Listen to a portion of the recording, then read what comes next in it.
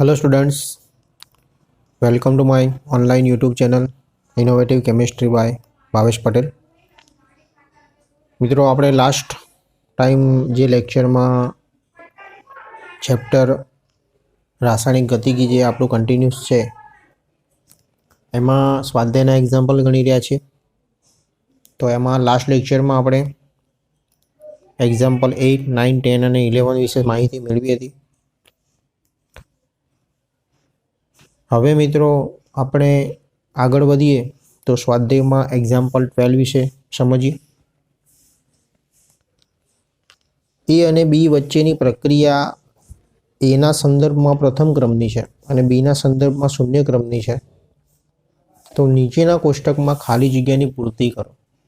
અહીંયા આપણને એક કોષ્ટક આપેલું છે, અહીંયા આપણને 4 પ્રયોગ આપેલા છે। એ ચારે ચાર પ્રયોગમાં મિત્રો એની સાંદ્રતા, અહીંયા બંને પ્રયોગ એ અને બીની સાંદ્રતા બંને આપેલી છે, એનો વેગ પણ આપેલો છે। પછી સેકન્ડ પ્રયોગમાં એની સાંદ્રતા આપણે ફાઇન કરવાની છે, બીની સાંદ્રતા આપેલી છે અને વેગ આપેલો છે। ત્રીજા પ્રયોગમાં એ અને બીની સાંદ્રતા આપેલો, વેગ ફાઇન કરવાનો છે। અને ચોથા પ્રયોગમાં એની સાંદ્રતા ફાઇન કરવાની છે, આપણને બીની સાંદ્રતા આપેલી છે અને વેગ આપેલો છે। તો જે ખાલી જગ્યા છે આ 3 વેલ્યુ આપણે શોધવાની છે પ્રયોગ 2, 3 અને 4માં। પરંતુ મિત્રો જે આપણને અહીંયા ઇન્ફોર્મેશન આપેલી છે કે પ્રક્રિયા એના સંદર્ભમાં પ્રથમ ક્રમની છે અને બીના સંદર્ભમાં શૂન્ય ક્રમની છે, તો એના ઉપરથી તમે એનું વેગ સમીકરણ લખી શકો। તો અહીંયા વેગ સમીકરણ થશે, પ્રક્રિયા એના સંદર્ભમાં પ્રથમ ક્રમની છે અને બીના સંદર્ભમાં શૂન્ય ક્રમની છે, તો આર બરાબર કે એના સંદર્ભમાં પ્રથમ ક્રમની છે એટલે એની સાંદ્રતાની 1 ઘાત આવશે, બીના સંદર્ભમાં શૂન્ય ક્રમની છે એટલે બીની સાંદ્રતાની 0 ઘાત આવશે। પરંતુ કોઈપણ સંખ્યા અથવા તો કોઈપણ સાંદ્રતા અથવા તો કોઈપણ આધારની 0 ઘાત હોય તો એને આપણે શું કહી શકીએ? 1 કહી શકીએ। તો અહીંયા આપણે જે બીની સાંદ્રતાની 0 ઘાત છે એના બરાબર 1 મૂકી દઈએ તો આપણને ઇક્વેશન વેગ સમીકરણ મળશે આર બરાબર કે સાંદ્રતા ઓફ એની 1 ઘાત। તો આ થયું મિત્રો આપણું વિકલનીય વેગ સમીકરણ પણ કહી શકાય, વેગ સમીકરણ કહી શકાય, બરાબર। હવે આપણે પહેલા તો સૌપ્રથમ પ્રયોગ 1 ઉપરથી એટલે કે બંને સાંદ્રતા અને આ વેગનો ઉપયોગ કરીને કે શોધવો પડશે, કારણ કે આપણે સમીકરણમાં કે ની જરૂર પડશે। તો પહેલાં આપણે શું કરીશું, પ્રયોગ 1 ઉપરથી અહીંયા આપણને ઇક્વેશન આપ્યું છે આર બરાબર કે સાંદ્રતા ઓફ એ, તો અહીંયા આપણે એની સાંદ્રતા મૂકી દઈએ 0.1, કેની વેલ્યુ ફાઇન કરી દઈએ અને આર આપણને એ માટે આપેલો છે 2 × 10⁻2 ઘાત। તો અહીંયા આપણે 2 × 10⁻2 ઘાત બરાબર કે 0.1। તો હવે કેને કરતાં બનાવો એટલે 0.1 ક્યાં જશે? નીચે। તો કે બરાબર શું લખાશે? 2.0 × 10⁻2 ભાગ્યા 0.1। હવે આ બંનેનું સાદરૂપ આપીશું એટલે કે 2 ભાગ્યા 0.1 કરીશું એટલે 20 મળશે અને ગુણ્યા 10⁻2 ઘાત, જેને આપણે શું લખી શકીએ? કે બરાબર 0.2। અને જે અહીંયા તમે જુઓ કે સાંદ્રતા જે છે, બરાબર, આર પ્રક્રિયા વેગ છે મોલ ઇન્ટુ લિટર ઇન્વર્સ અને સાંદ્રતા મોલ ઇન્ટુ, એટલે એ કટ થઈ જશે મોલ ઇન્ટુ લિટર ઇન્વર્સ, વધશે શું? મિનિટ। તો મિનિટ ઇન્વર્સ ઉપર અહીંયા જે વધશે, બરાબર, તો આપણને કેનો એકમ શું મળશે? Minute inverse. ઓકે, અને એ એવું દર્શાવે છે કે જો મિનિટ ઇન્વર્સ હોય, સેકન્ડ ઇન્વર્સ હોય, એનો મતલબ કે પ્રક્રિયા કયા ક્રમની છે? પ્રથમ ક્રમની છે, જે આપણને આપેલું છે કે એના સંદર્ભમાં પ્રક્રિયા પ્રથમ ક્રમની છે। ઓકે, તો આપણે આ ઉપરથી કે શોધ્યો। હવે કેનો ઉપયોગ કરીને આપણે અહીંયા એની સાંદ્રતા શોધીએ। તો હવે મિત્રો પ્રયોગ 2 ઉપરથી આર બરાબર કે ઇન્ટુ એ આપણને જે વેગ સમીકરણ આપેલું છે એમાં આરની વેલ્યુ 4 × 10⁻2 અને કેની વેલ્યુ આપણે જે આગળ શોધી 0.2, તો એની સાંદ્રતા આપણે શોધી શકીએ છીએ। કોષ્ટક ઉપરથી જ લખવાનું છે આપણે કે અહીંયા આરની વેલ્યુ અને અહીંયા આપણે કેની વેલ્યુ જે શોધી 0.2, તો એની ઉપરથી એની સાંદ્રતા આપણે શોધી શકાય। તો અહીંયા 4 × 10⁻2 બરાબર 0.2 × એ. તો એને કરતાં બનાવો એટલે આ 0.2 નીચે જશે.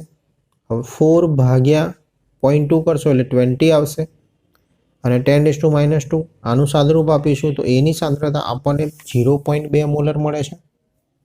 ઓકે, તો આ થઈ આપણી સેકન્ડ નંબરની જે બ્લેન્ક્સ હતી, ખાલી જગ્યા, એ અહીંયા શું આવશે? 0.2 આવશે. શું આવશે? 0.2. ચલો હવે આગળ વધીએ. તો અહીંયા આપણે થર્ડ પ્રયોગમાં આર શોધવાનો છે, બરાબર. બંનેની સાંદ્રતા અહીંયા 0.4 આપેલી છે, આપણે કે જાણીએ છીએ. તો હવે ફરી પાછું એ જ ઇક્વેશન મૂકવાનું. પ્રયોગ 3 ઉપરથી આર બરાબર કે ઇન્ટુ એ, કે જાણીએ છીએ, એની સાંદ્રતા જાણીએ છીએ, તો આર શોધી શકાય 0.2 ઇન્ટુ 0.4. તો આર બરાબર 0.08 મોલર ઇન્ટુ મિનિટ ઇનવર્સ. કારણ કે અહીંયા જે સાંદ્રતા છે, બરાબર, એનો જ સાંદ્રતા મોલરમાં છે, એટલે કે મોલ ઇન્ટુ લિટર ઇનવર્સમાં છે, અને કે જે છે મિનિટ ઇનવર્સમાં છે, એટલે આપણો એકમ શું થશે? Molar into minute inverse. Mall into litre inverse into minute inverse પણ લખી શકીએ, કારણ કે આના બરાબર શું લખી શકાય? મોલારિટી. હવે નેક્સ્ટ જોઈએ તો પ્રયોગ 4 ઉપરથી આપણે શું શોધવાનું છે? તો એની સાંદ્રતા શોધવાની છે. અહીંયા ખાલી જગ્યા છે, બરાબર. અરે આર આપી દીધો છે અને કે જાણીએ છીએ. તો એવી જ રીતે આપણે ફરીથી પાછું પ્રયોગ 4 ઉપરથી જે વેગ સમીકરણ છે એમાં આરની વેલ્યુ મૂકી દેવાની, કેની વેલ્યુ મૂકી દેવાની, એની સાંદ્રતા શોધી શકાય, બરાબર. તો એની સાંદ્રતાને કરતાં બનાવો તો 2 ઇન્ટુ 10⁻² ડિવાઇડેડ બાય 0.2. તો એની સાંદ્રતા આનું સાદુરૂપ આપીશું તો 10 આવશે ગુણ્યા 10⁻². તો એની સાંદ્રતા આપણને મળશે 0.1 મોલર. ઓકે, તો આ રીતે મિત્રો આપણે આપેલ કોષ્ટકમાં જે ભાગ બાકી છે, બરાબર, ખાલી જગ્યાઓ છે, આપણે ટોટલ પહેલાં કે શોધ્યો, પછી અહીંયા એની સાંદ્રતા શોધી, અહીંયા વેગ શોધ્યો, પ્રારંભિક વેગ, અને અહીંયા આપણે ફરી પાછું એની સાંદ્રતા ચોથા પ્રયોગમાં શોધી.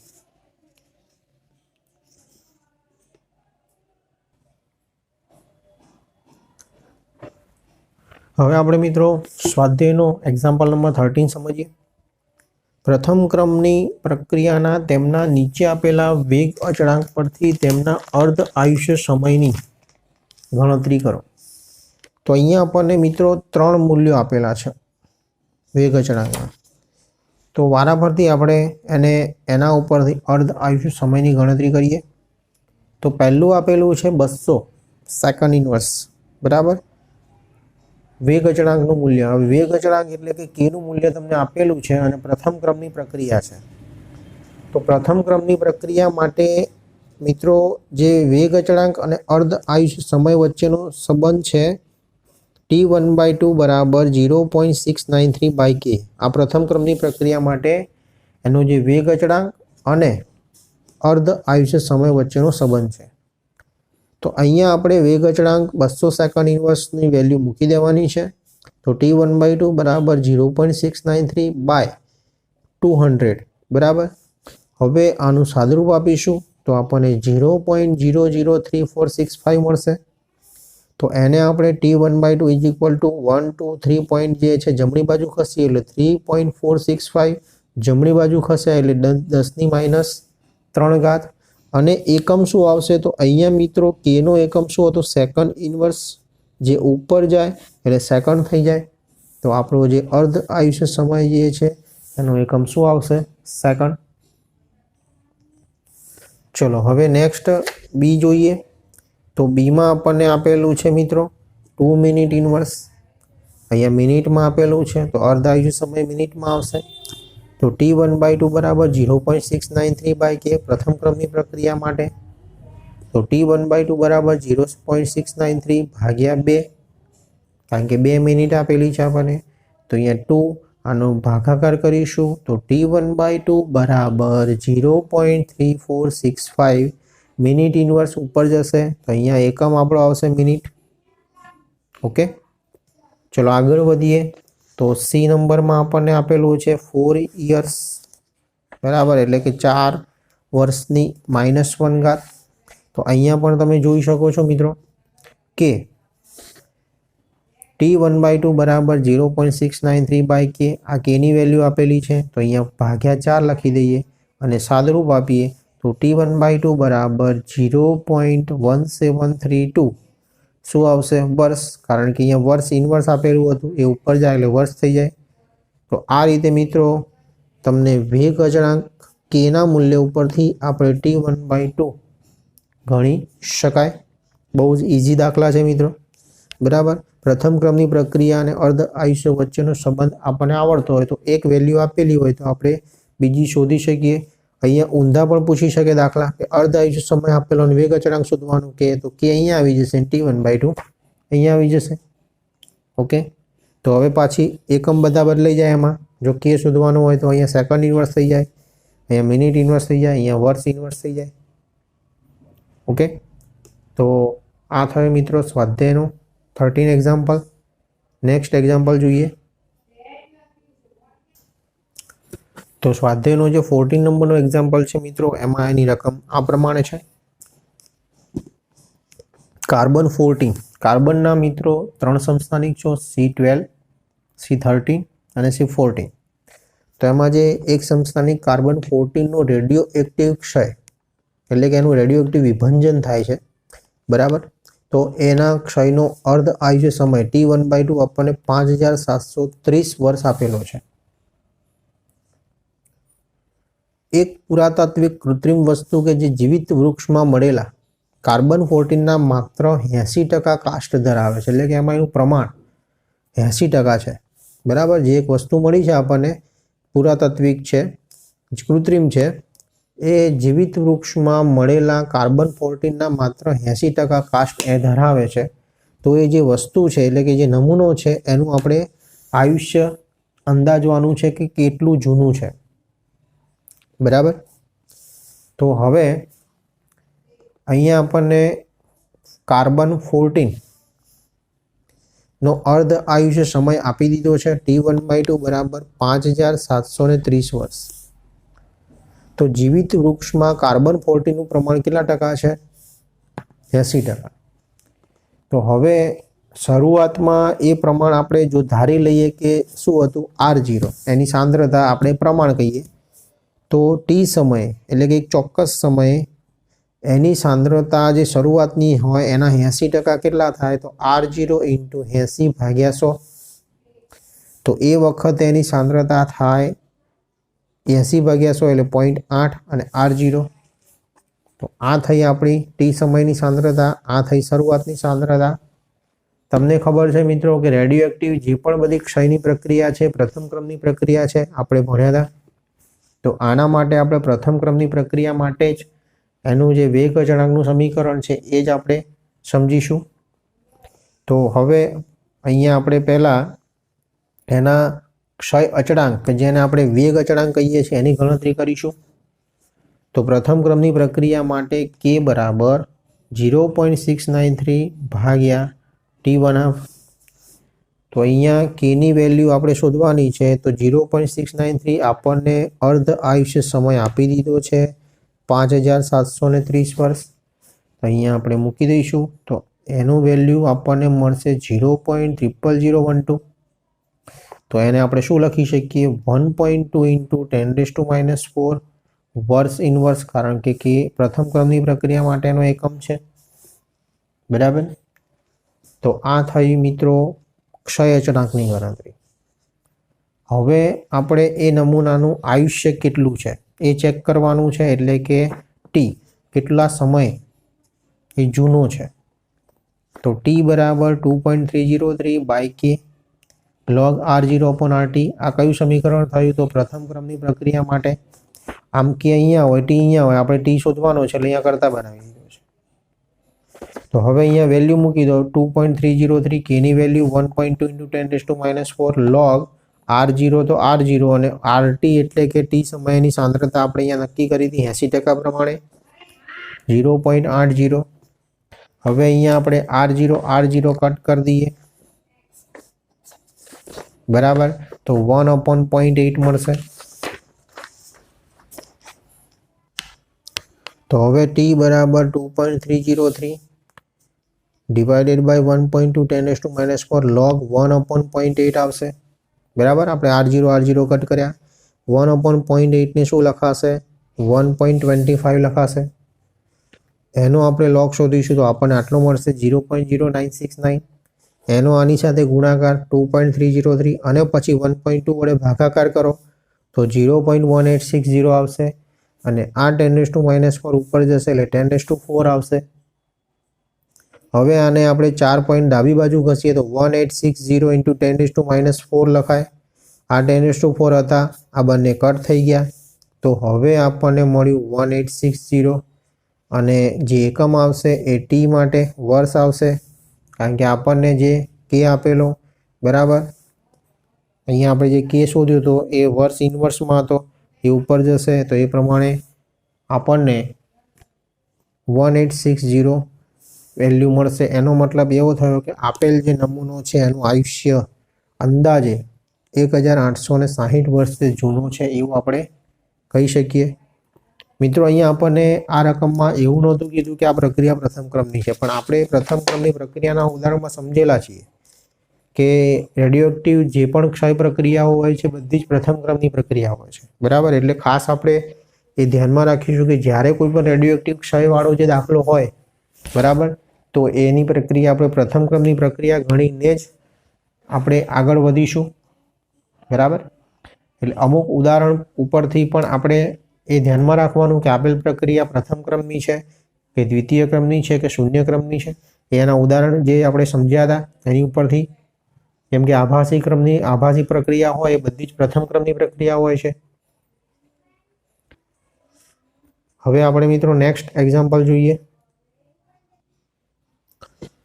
તો હવે મિત્રો આપણે સ્વાધ્યાયનો 16 નંબરનો એક્ઝામ્પલ સમજીએ.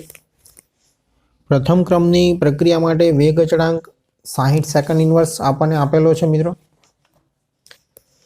પ્રક્રિયકની પ્રારંભિક સાંદ્રતાથી તેના 16મા ભાગનો એટલે કે 1/16મા ભાગના મૂલ્ય જેટલી સાંદ્રતા ઘટીને તેટલું થવા માટે તે કેટલો સમય લેશે બરાબર. એટલે કે આપણે જે શરૂઆતની સાંદ્રતા r0 છે એનો 16મો ભાગ ક્યારે થશે બરાબર સાંદ્રતા એટલી, તો એ કેટલા સમયમાં થશે એ આપણે શોધવાનું છે. તો ચલો આપણે એક્ઝામ્પલ ગણીએ. પ્રથમ ક્રમની પ્રક્રિયા માટે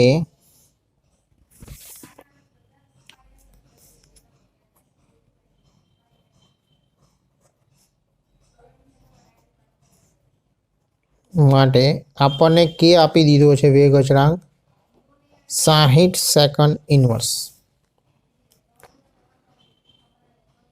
ધારો કે પ્રક્રિયકની શરૂઆતની સાંદ્રતા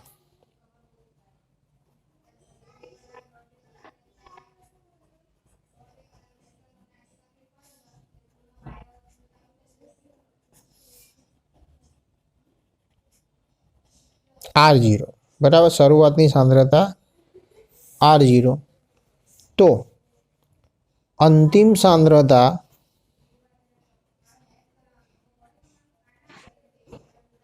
એટલે કે RT ટી સમય જે શરૂઆતની સાંદ્રતા છે એના કેટલામાં ભાગની 16મા ભાગની, એટલે 1/1/60 લખો એટલે 16મો આપણે r0/16 લખી શકાય. તો હવે r0 મળી ગયું, RT મળી ગયું, k મળી ગયું. તો પ્રથમ ક્રમની પ્રક્રિયા માટે વેગ અચળાંકના સમીકરણ પરથી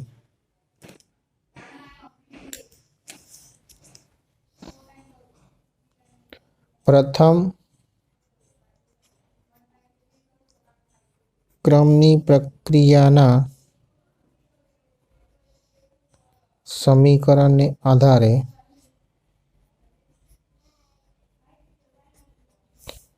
ચલો કે બરાબર આપણે ટીને કરતાં બનાવી દીધું, ટી બરાબર 2.303 કે નીચે આવી જશે અહીંયા કારણ કે આપણે ટી શોધવાનો છે.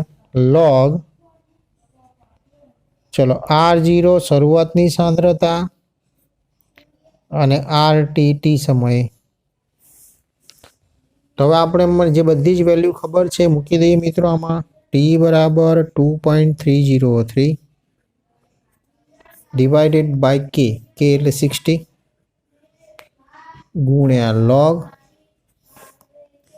ચલો શરૂઆતની સાંદ્રતા તો R0 જ છે, RT એટલે કે R0 ભાગ્યા 60,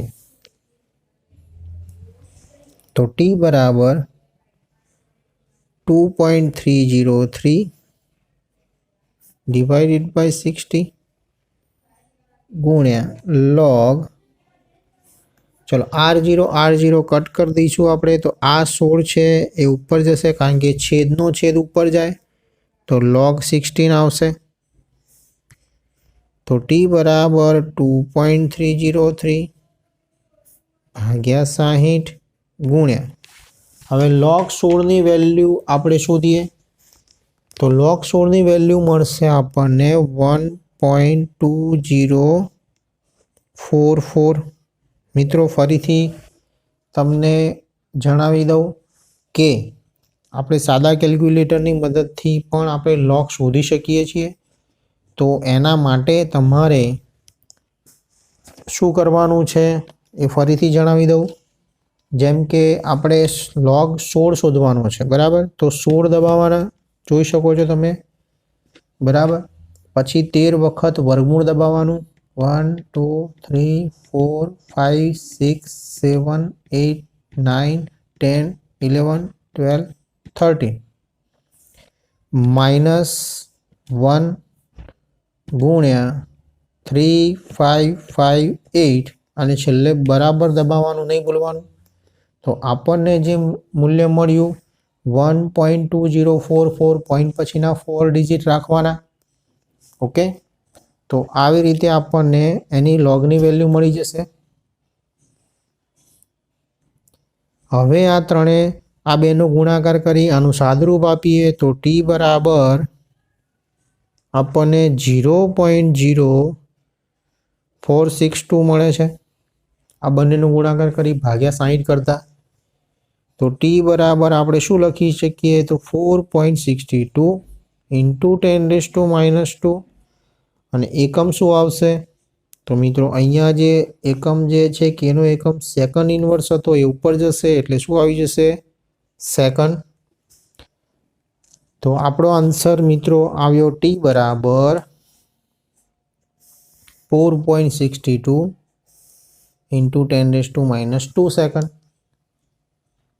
બરાબર। તો આવી રીતે આપણને કોઈ પણ દાખલો પૂછે 1/16ની જગ્યાએ બીજું કોઈ કે આટલા ગણી કરવામાં આવે, તો જો એમ કે 4 ગણી કરવામાં આવે તો RT બરાબર 4R0 થઈ જાય, ઓકે, અને જો કેટલામાં ભાગની કરવામાં આવે તો આ પ્રમાણે તમે કરી શકો છો।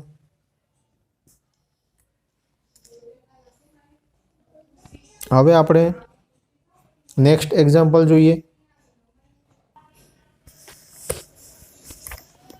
હવે મિત્રો આપણે નેક્સ્ટ એક્ઝામ્પલ જોઈએ, અને આ જે છે મોસ્ટ IMP એક્ઝામ્પલ છે મિત્રો, ખાસ ધ્યાન રાખજો।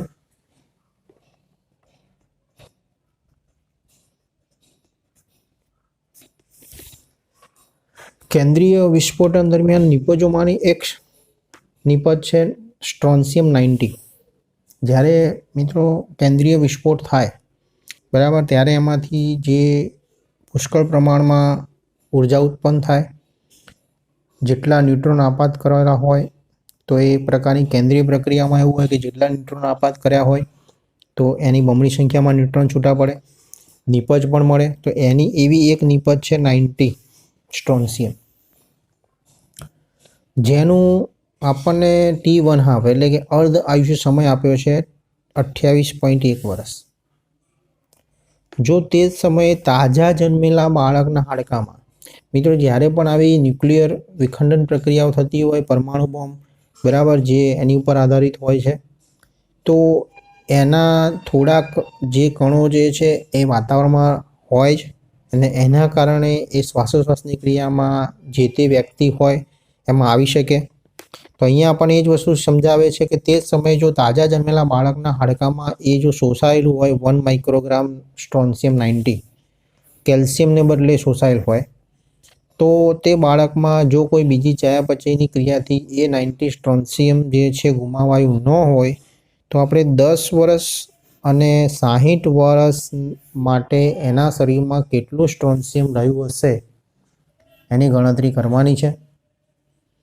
શરૂઆતમાં આપણને એવું કીધું છે કે કેલ્શિયમને બદલે 1 માઇક્રોગ્રામ સ્ટ્રોન્શિયમ 90 જો શોષાયેલું હોય, એનો મતલબ કે આ શરૂઆતની સાંદ્રતા થઈ આપણી 1 માઇક્રોગ્રામ. તો પહેલું તો તમને કહી દઉં કે આ પ્રક્રિયા પ્રથમ ક્રમની થશે, કારણ કે આગળ પણ જણાવ્યું કે કોઈ પણ કેન્દ્રીય પ્રક્રિયાઓ છે બધી જ પ્રથમ ક્રમની પ્રક્રિયાઓ છે. તો શરૂઆતમાં પહેલું જ આપણે પ્રથમ ક્રમની પ્રક્રિયા માટે એનો અર્ધ આયુષ્ય સમય આપણને આપી દીધો છે 90. સ્ટ્રોન્શિયમનો અર્ધ આયુષ્ય સમય T1 આપ.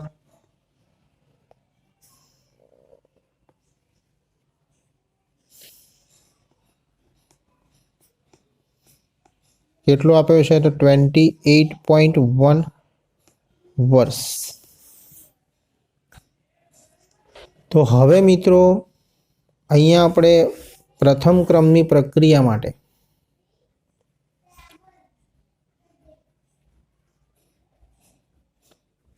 વેગ અચળાંક શોધી દઈએ. તો K બરાબર 0.693 अपॉन T1/2 લખાય. તો K બરાબર 0.693 अपॉन T1/2 28.1 છે. તો આનું આપણે સાદરૂપ આપીશું તો આપણને 0.02467 અને એનો એકમ મળશે વર્ષ ઇનવર્સ. તો આ મિત્રો જે મળી આપણને કેની વેલ્યુ મળી.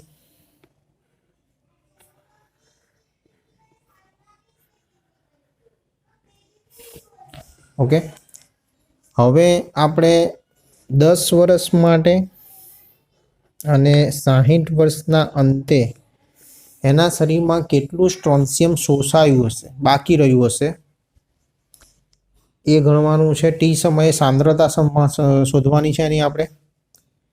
તો પહેલાં આપણે ગણતરી કહીએ ટી બરાબર 10 વર્ષ માટે. પહેલી ગણતરી આપણે કરીએ ટી બરાબર 10 વર્ષ માટે. ચલો, ટી બરાબર 10 વર્ષ માટે આપણને કેની વેલ્યુ આપી દીધી છે. તો શરૂઆતની સાંદ્રતા R0,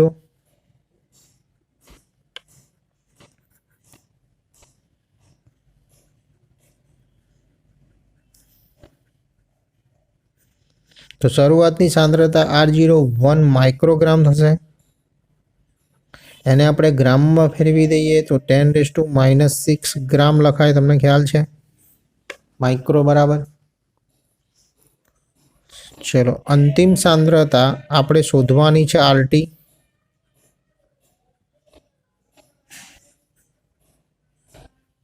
આપણે ફાઇન્ડ કરવાની છે. ઓકે, તો હવે આપણે પ્રથમ ક્રમની પ્રક્રિયાનું વેગ અચળાંકનું સમીકરણ લખીએ. K બરાબર 2.303 T log R0 upon RT. ચલો, અહીંયા K ની વેલ્યુ મૂકી દઈએ, અહીંયા T ની વેલ્યુ મૂકી દઈએ. K ની વેલ્યુ છે 0.02467 2.303 બાય T ની વેલ્યુ મૂકી દઈએ 10 log R0 ની વેલ્યુ મૂકી દઈએ 10⁻⁻6 બરાબર. અને નીચે આપણે RT ટી સમય સાંદ્રતા શોધવાની છે. હવે આના ગુણ્યા 10 અને ભાગ્યા 2.303 કરી દઈએ. 0.02467 મલ્ટીપ્લાય 10 અને આ 2.303 નીચે લાવી દઈએ. તો અહીંયા જમણી બાજુ માત્ર ને માત્ર શું વધશે? log 10⁻⁻6 RT. હવે મિત્રો આનું સાદરૂપ આપી દઈએ.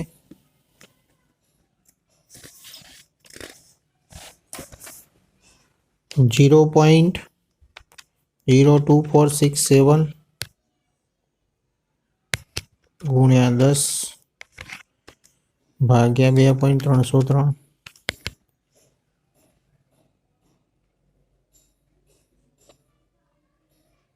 તો 0.1071 આવે છે મિત્રો.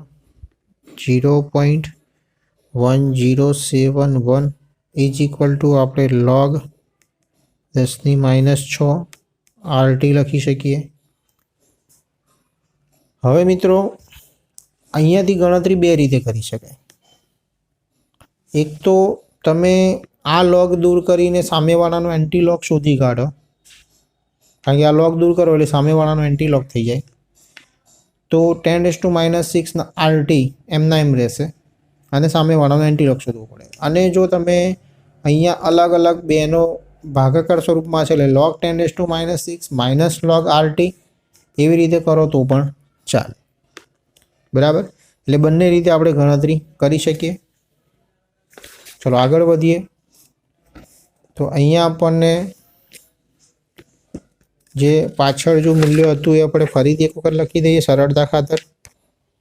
0.1071 is equal to log 10⁻6 RT.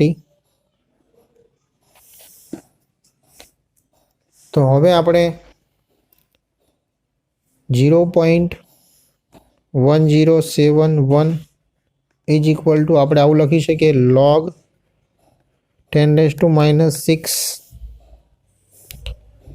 Minus log RT.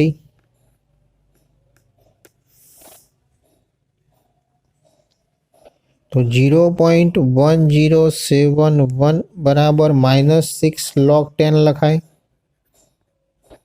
Minus log RT. તો 0.1071 ઇઝ ઇક્વલ ટુ log 10 1 થઈ જાય તો અહીંયા -6 વધશે માઇનસ log RT.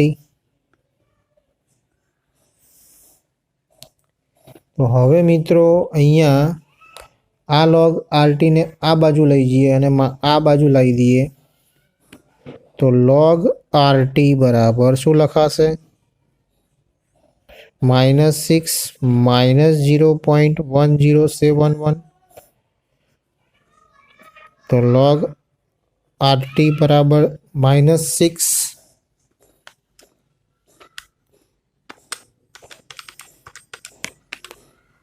તો -6.1071 મળશે આપણને. તો RT બરાબર સામેવાળાનો હવે એન્ટી log શોધી કાઢીએ. તો એન્ટી log ઓફ -6.1071. તો હવે આનો એન્ટી log આપણે શોધીએ. તો હવે આનો એન્ટી log મિત્રો કઈ રીતે શોધવાનો એ આપણે જોઈએ. જો અહીંયા આપણને -6.1071 નો એન્ટી log શોધવાનો છે. બરાબર, ધ્યાનથી બધા સમજો. કેલ્ક્યુલેટરની કે સાદા કેલ્ક્યુલેટરની મદદથી પણ આપણે શોધી શકીએ છીએ. તો -6.1071 જેનો આપણે એન્ટી log શોધવાનો છે તે ડિજિટ દબાવીશું. હવે ભાગ્યા 3558 કરવાના, પછી +1 કરવાના અને ગુણ્યા બરાબર એવું 13 વખત દબાવવાનું. 1 2 3 4 5 6 7 8 9 10 11 12 અને 13. તો જે વેલ્યુ આવી આપણે અહીંયા લખીએ 0.12345677285. બરાબર, તો આને આપણે શું લખી શકીએ વૈજ્ઞાનિક અંક પદ્ધતિ પ્રમાણે? 1 2 3 4 5 6 ને 7.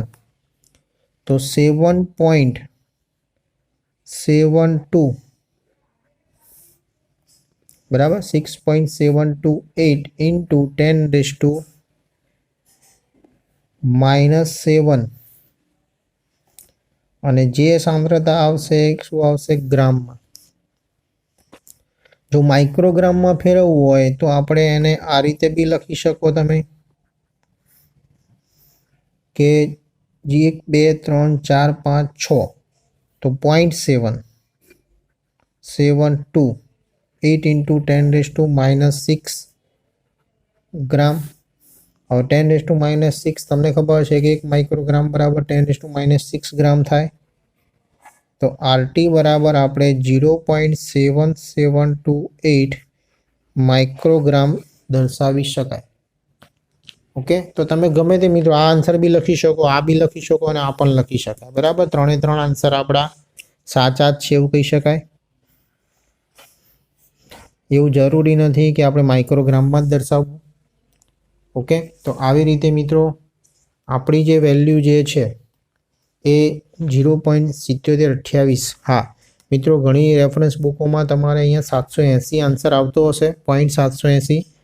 તો એ એન્ટીલોગ જે છે એનો વેરિએશન છે અને બધા જ જવાબ સાચા જ ગણાય મિત્રો।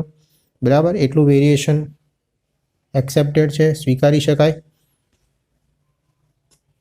તો આ થઈ મિત્રો ટી બરાબર 10 વર્ષના અંતે આટલું માઇક્રોગ્રામ સ્ટ્રોન્શિયમ એમાં બાકી રહ્યું હશે।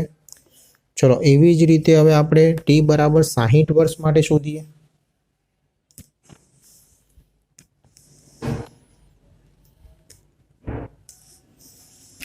ટી બરાબર 60 વર્ષ માટે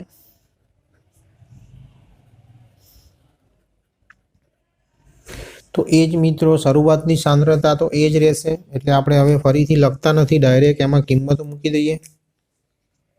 કે બરાબર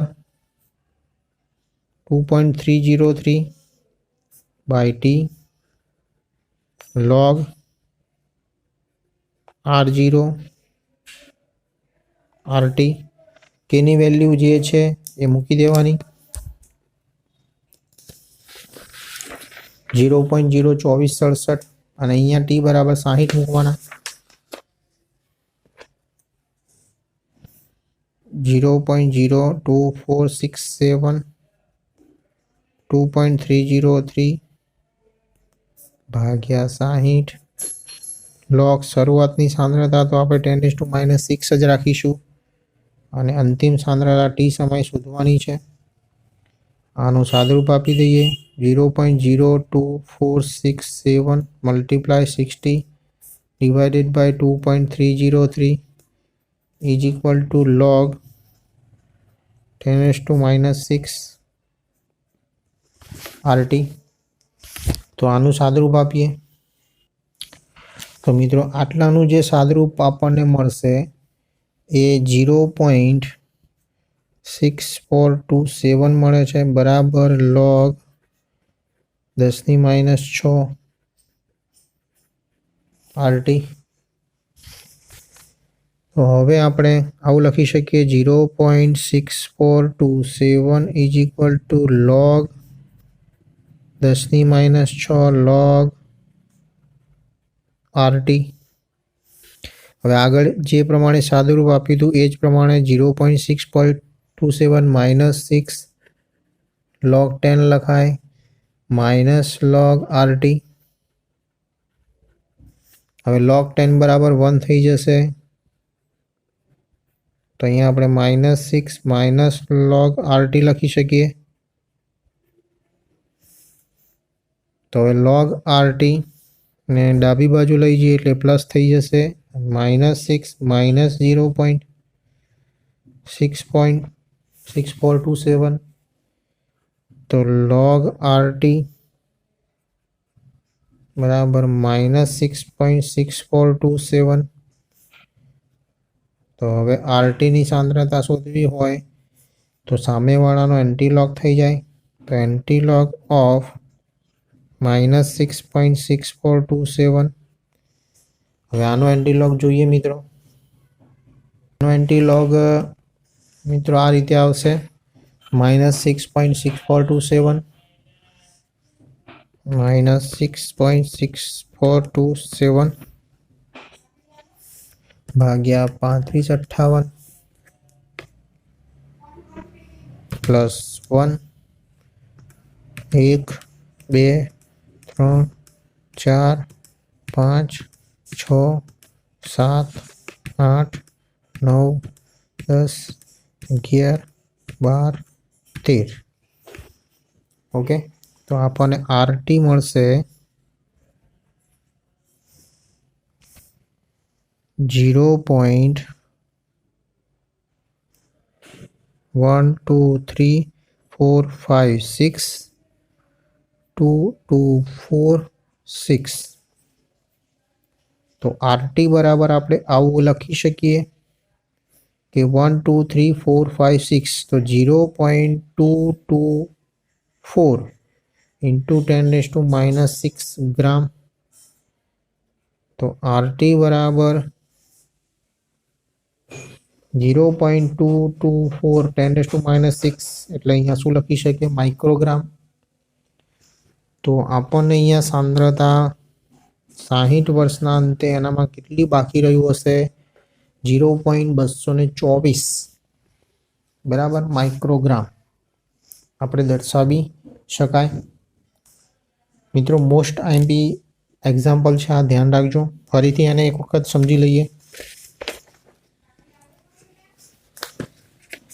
અહીંયા આપણને કેન્દ્રીય વિસ્ફોટન દરમિયાન એક 90 સ્ટ્રોન્સિયમ છે મિત્રો, એનો અર્ધ આયુષ્ય સમય આપેલો છે.